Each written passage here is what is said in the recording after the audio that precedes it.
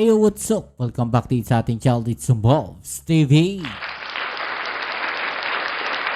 Alright, so tayo nagbabalik muli mga babayan. At eto, talagang sobrang init po no, ng banatan ngayon na itong si Senator Trillanes. Dating Senator Trillanes mga babayan. At si Senator Bongo mga babayan. No? Pero eto po ang mas nakakabigla dyan. Natatakot po ba itong si Senator Bongo dito kay Trillanes mga kababayan? No? Dahil, no? Yan ang ating alamin. Pero syempre, bago ang lahat, please don't forget to subscribe, like, share, at comment dyan sa comment section. Shoutouts tayo sa mga followers namin. Eto na, mga kababayan, grabe, no? Sobrang init ng araw kahapon mga kababayan. At eto si Senator Bongo po, ano ba sa tingin ninyo? Natatakot na po ba etong si Senator Bongo mga kababayan? Dahil may kumakalat po mga kababayan, no, na balita. Eto po ay ayon din kay dating Senator Trillanes mga kababayan, na meron daw pong emisaryo etong si Senator Bongo na gustong aregluhin ang kaso, mga kababayan. Yan po, sabi dito, eto mga kababayan, no? Ang sabi po ni dating Senator Trillanes, Bongo nagpadala ng emisaryo para aregluhin ang kaso. No? Bakit kaya, mga kababayan?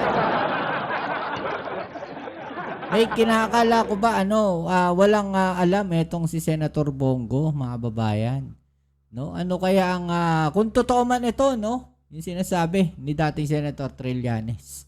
Anong kinakatakot niya ni Senator Bongo, o anong kinakatakot ni Senator Bongo na pwede pang lumabas dito sa kaso na to para magpadala siya ng emisaryo para areglohin di umano ito pong kaso? Kung totoo man mga kababayan, panoorin natin to.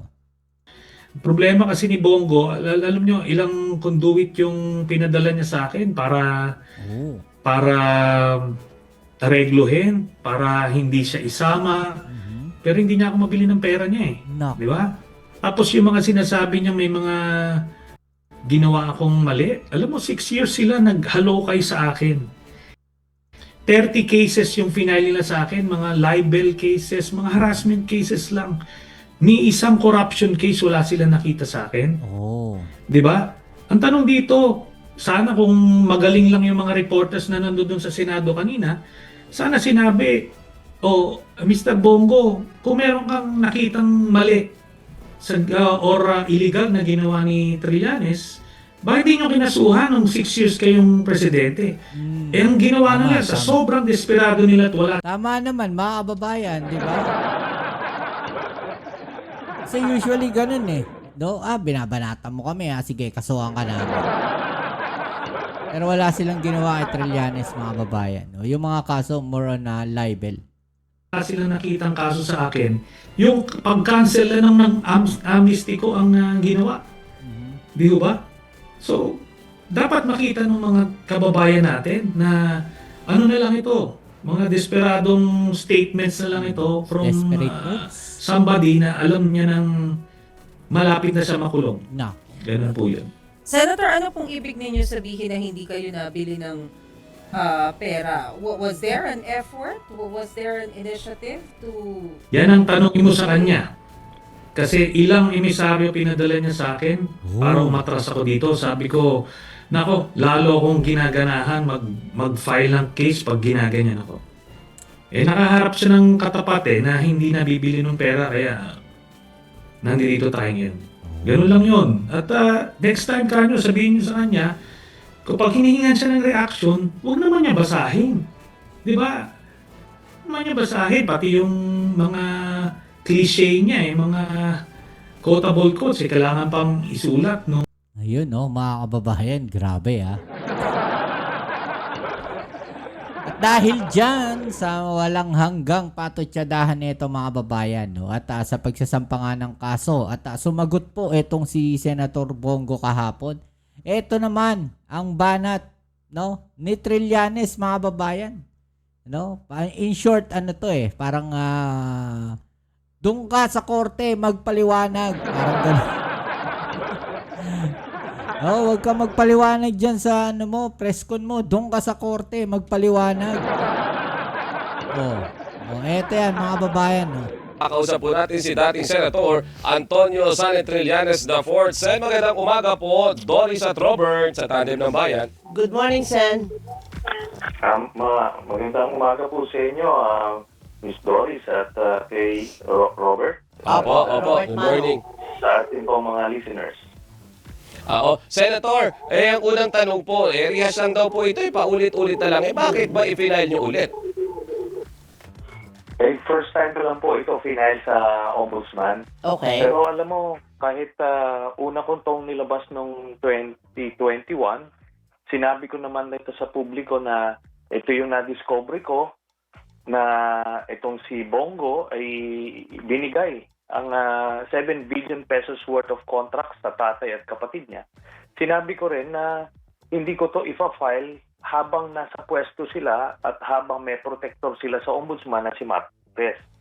Ngayon natanggal na po si Martires, kaya ko po final ngayon.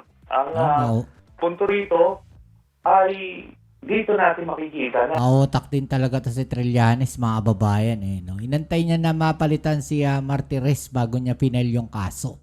No, ganun siya kautak, mga babayan. ang pinakang ugat nitong lahat itong modus nila Bongo at Duterte na binibigay nila sa mga favored contractors nila. In this case, tatay mismo at kapatid. So sila yung mastermind dito sa ganitong modus. Kaya dapat lang na sila yung unahin na file ng kaso. Opo. Paano natin masasagutin naman, Sensani, na ang sabi po ni Senator Bongo 2019, hindi na daw sumali at tinapos na lang ng CLTG mga projects sa 2021, officially retired na daw po. Ay, ganyan. Pero, nabisto siya. Bakit? Kasi nagkaroon na ng report yung Rappler noong panahon na yon na yun na nga, merong mga kontrata yung tatay at kapatid niya. Simula pa nung mayor si Duterte, doon mismo. At ang total nito, 200 contracts po ito. Mas marami pa doon sa kontrata na corner ng mga Diskaya. So dito natin malalaman na dito sa kanila nang galing yung modus. Kaya siya yung nagda-divert. Sagutin na lang niya kung palagay niyang madadas. Parang sinasabi dito ni Trillanes, sila yung pasimuno, mga kababayan. Sila yung pasimuno ng mga ganyang modus. Kulit. Tipay niya na ako maliwanag. Wala siyang lusot dito. Dito na lang niya sagutin sa ombudsman. Marami pa siyang sinasabi. Opo. Kung sinasabi niyo, Sen, na kumbaga ay airtight itong kaso niyo laban sa kanila, Senator Bongo et al., paano po tayo makakaasa ng yung nais natin na resulta kung tatay at tiyuhin niya ang involved? Yan na nga. Opo. Yun na nga ang makikita natin dito. Importante yung magiging objectivity or impartiality ng ombudsman. Makikita nila na straightforward po. Ito mga ebidensyang pinasa ko, mga kontrata mismo. Mga tatay mismo yung nagpirma. Kahit na wala po silang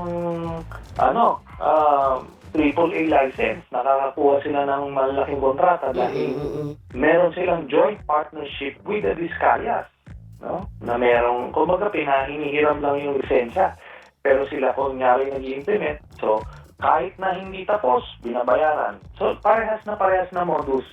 Pero ito, wala na tayong kaduda-duda na ang nasa likod si Bongo kasi tatay niya at saka kapatid niya. Ganun po yun.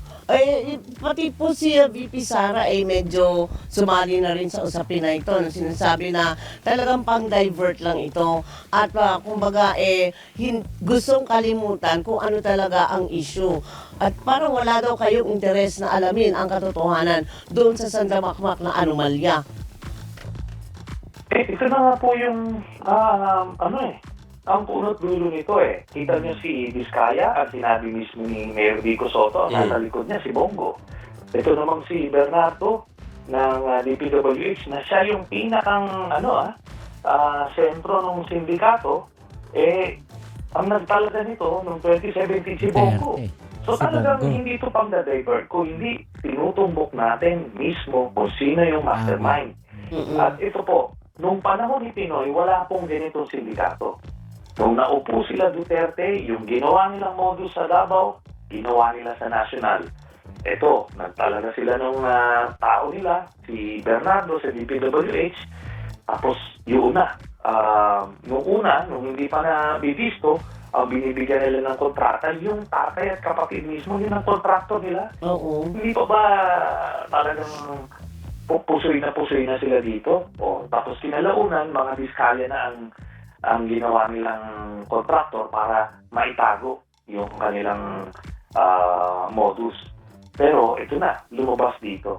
Okay. Ngayon, wala naman akong sinasabing itigil niyo yung kung siya, senador siya, nag-iimbestiga siya, di kasuhan niya kung sino yung palagay niyang kailangan kasuhan. Pero ako, nakalap ko itong mga dokumentong ito ng senador pa ako, kakasuhan ko siya.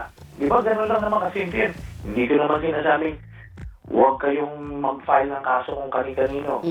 Pero, nasa trabaho niya yan. Kung gusto niyang kasuhan talaga, kumalap siya ng ebidensya kagaya ng ginawa ko when I was still a senator. Oo nga po, willing nga daw po siya maging complainant mismo kung totoo yung mga accusation ninyo. Pero inaral daw po niya yan, wala daw talagang bahid ng korupsyon yung nangyaring transaction na yan, Senator. Alam niyo, kung walang illegal dito sa ganitong ginawa nila, kahit sinong mayor, congressman, or kahit presidente, pwede nilang ibigay sa tatay at kapatid nila yung mga bilyon-bilyon na kontrata. Sasabihin lang nila, wala namang korupsyon dyan, wala namang influensya. Exactly. Alam nyo, yan, talagang malaking kalokohan yan. Pero kasi nakalagay po sa batas, bawal po yan. Bawal hanggang 4th degree of consanguinity and affinity ang kamag-anak mo na mag-i-engage sa isang opisina na merong sakop ka na pwede mo ma-influensyahan. Kahit na sabihin mong kung anong drama mo na hindi ako naniniwala dyan kasi hindi magkakaroon ng ganyan karaming kontrata yung tatay at kapatid niya kung hindi dahil sa influensya niya. Pero kahit na sabihin niya hindi totoo yan, yun ang nakalagay sa batas, sagutin mo na lang yan at subukan natin. Subukan niya na ganyan na isulat niya sa kanyang counter affidavit kung pakikinggan niya. Pero Sen, ang dali-daling gawin na ipaikutin yung batas Kung sinasabi niya na wala siyang kinalaman, kahit pa yung kanyang tatay at tiyuhin ang nakinabang, sasabihin lang niya, merong ibang gumawa niyan, hindi ako yan. So, paano tayo makakaasa na kahit hindi si Bongo, yung ibang mga opisyal na yung susundin nila yung batas kasi ang involved ay ang kanilang mga kamag-anak. Yun na nga po. Alam niyo yung sinasabi ni Bongo sa press con, drama lang niya yan dun sa mga supporters nila na parang mukhang kawawa siya, na parang talagang wala siyang ginawa. Pero kayo naman, di ba? Tatay at kapatid mo, nagkaroon ng kontrata dahil sa opisina mo, influensya nyo.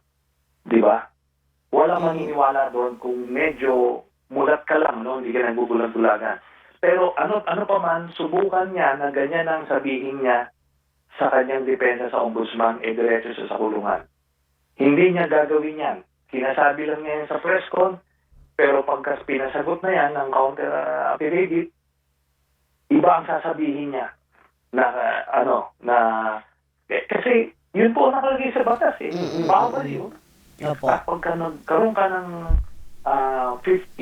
lumagpas ng 50 million, lander. Kaya nga po yung iba, di ba, ang ginagawa ko nila. Lumagpas ng 50 million, plunder ito pa lang 4.8 billion mga kababayan. What more itong 4.8 billion, di ba? So mas matindi na to, plunder na to. nag-create sila ng dummy. Kahit sila yung kontraktor sa likod, pero kumukuha sila ng mga taong hindi nila kamag-anak para nga maikutan nila yon. Pero ito, tatay at kapatid eh. Huli ka, di ba? Oo. Yan Senator, po ang problema niya. opo, sinubukan din natin kunin yung panig ni Senator Bongo dito pero nag-decline po siya. Pero just the same, Senator Sonny, ipaparinig po namin sa inyo, ipi-play namin yung sagot niya kahapon during the press conference niya. Itong pong i-file nyo na complaint sa kanya at pakisagot po after. Pakinggan po natin, Sen. Sonny. Kung seryoso ka talaga, bakit di mo kasuhan yung mga totoong mga corrupt talaga? Sila yung contractor, sila pa yung congressman. Ayaw mo nga bulin dahil financer mo nga. Huwag kang magmalinis dito. Sen? Narinig niyo po, Senator Sonny? Narinig ko. Opo. Alam nyo, kinasuhan ko nga yung contractor eh. Yung mastermind eh. Siya eh. Contractor, yung tatay niya sa kapatid niya eh.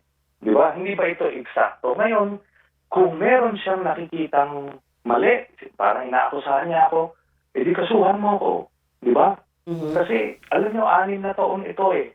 Sila may hawak ng poder, di ba? Presidente, si Digong, 6 years. Hinalukay nila lahat. Yung buong mga ginawa ko sa Senado, wala nga silang naikaso sa akin eh. Ni isang case ng corruption.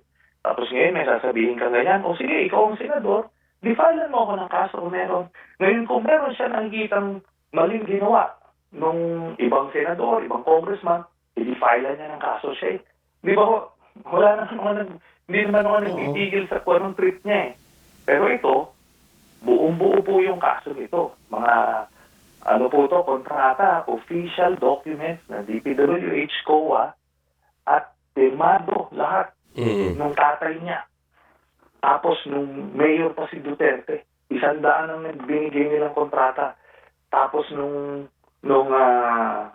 senador na, presidente na si Duterte, 100 din. 5 billion pesos ang inaward niya. So ang total, 7 billion pesos. Alam niyo doon sa City Hall ng Davao City, di ba, pag nanginingi ho yung tatay at kapatid niya, may cheque yan. Pupunta yan, ang pipirma si Duterte, siya ang executive assistant, tapos sasabihin niya wala siyang kinalaman. Pinagloloko tayo nito eh. Napakahina ko na lang mag-isip po kung... Huli yun, mga kababayan. Oo nga, no? Imagine ninyo, sila yung nagre-release ng mga cheque ng payments, mga babayan. O, kilala nila yung mga nagre-release ng payment. At syempre, mababanggit yan. No, doon pa lang parang huli na, no? Etong si Senator Bongo na sinasabing wala siyang kinalaman doon. Oo nga, no? Mapapaisip ka doon. No? Galing talaga, no? Maniniwala ka pa dun sa sasabihin niya. Opo, Sen. Sonny, ang sabi po ni Senator Bongo, ayaw niyong habulin. Yung mga financier niyo, may financier po kayo? Kaya nga, sabi ko, ano yung pinagsasabihin mo? Sana sinabi mo kung ano yun. Para kakasuhan ko siya ng libel. Di ba? Ako, ang hinahabol ko, yung mastermind. Siya. Siya yung nasa likod ni Vizcaya, siya nasa likod ni Bernardo, at itong modus nila, simula pa nung Mayor si Duterte, ginawa nila sa DPWH. Kasi sabi ko nga, nung panahon ni Pinoy, wala pong ganyan. Wala pong ganyang modus. Nung naupo lang sila, sa kanila nagsimula yan. Nung itinalagay nga si Bernardo sa DPWH, noong 2017. Siya po ang amo niyan. Kaya makikita niyo yung mga testigo sa Senado, walang sinasabi tungkol sa 2016 to 2022. Puro 2022 to 2025. Bakit? Ako ang nasa likod. Alright. Yun lang po. Kung ano man yung drama niya, sige na, mag-drama ka na dyan sa press con, pero sagutin mo yung asunto sa Ombudsman. So, Sen, klaro lang natin, meron o wala ka bang mga financiers? Wala. Wala po. Kaya nga hindi niya nasabi. Kasi alam niyang pwede siyang kasuhan eh. Tinignan nila yung SOSE. Sige, dyan po, yung COMELEC. Alam niyo, 6 years po itong mga ito. Gigil na gigil si Duterte sa akin. Hinalukay nga nila lahat. Wala nga kayong makita noon eh. Diba? Tapos may mag-iimbento ka. Sino ngayon na nagda-divert? Siya ang nagda-divert kasi Doon sa presto niya na mahaba, ininsulto niya na ako, ang dami niyang sinabi sa akin. Pero yung issue, kung bakit nagkaroon ng 7 billion pesos na kontrata, Wala. yung mga anak niya, ay yung kapatid at tatay niya, na 200 contracts, hindi niya masagot. Hindi niya sinabi doon. Sinasabi lang niya, wala daw siyang ininfluensyahan. Sabi mo yun. Tingnan natin kung maniniwala yung ombudsman. Kasi nga nasa batas eh. Bawal yun eh. Opo. Slander yun. Opo, yung ombudsman naman ang magdedesisyon niyan. Tayong lahat ay mag-aabang lang at depende po sa mga isusumite ninyo na ebidensya at mga dokumento kung sino ang kakatigan ng ombudsman. So, aabangan po natin lahat yan dahil lumalaki na lumalaki ito at nakita po naman natin, Sen, halos bumula ang bibig ni Senator Bongo doon sa nangyari yan. So, ay aabangan talaga ng marami yan. So, good luck po sa inyo, Sen. Salamat, sir. Alright, so yan mga babayan, no? Exactly. No? Alis bumula bibig ni Senator Bongo sa galit eh. No? O yan, ano masasabi po ninyo dyan mga babayan? No? I-comment sa ibaba nyo mga opinion at ating yung pag-usapan. Alright? So yan, muli kita-kits tayo sa ating next video upload. Dito muli yan yung Kuya Mobs sa Mobs TV. Peace. I'm out.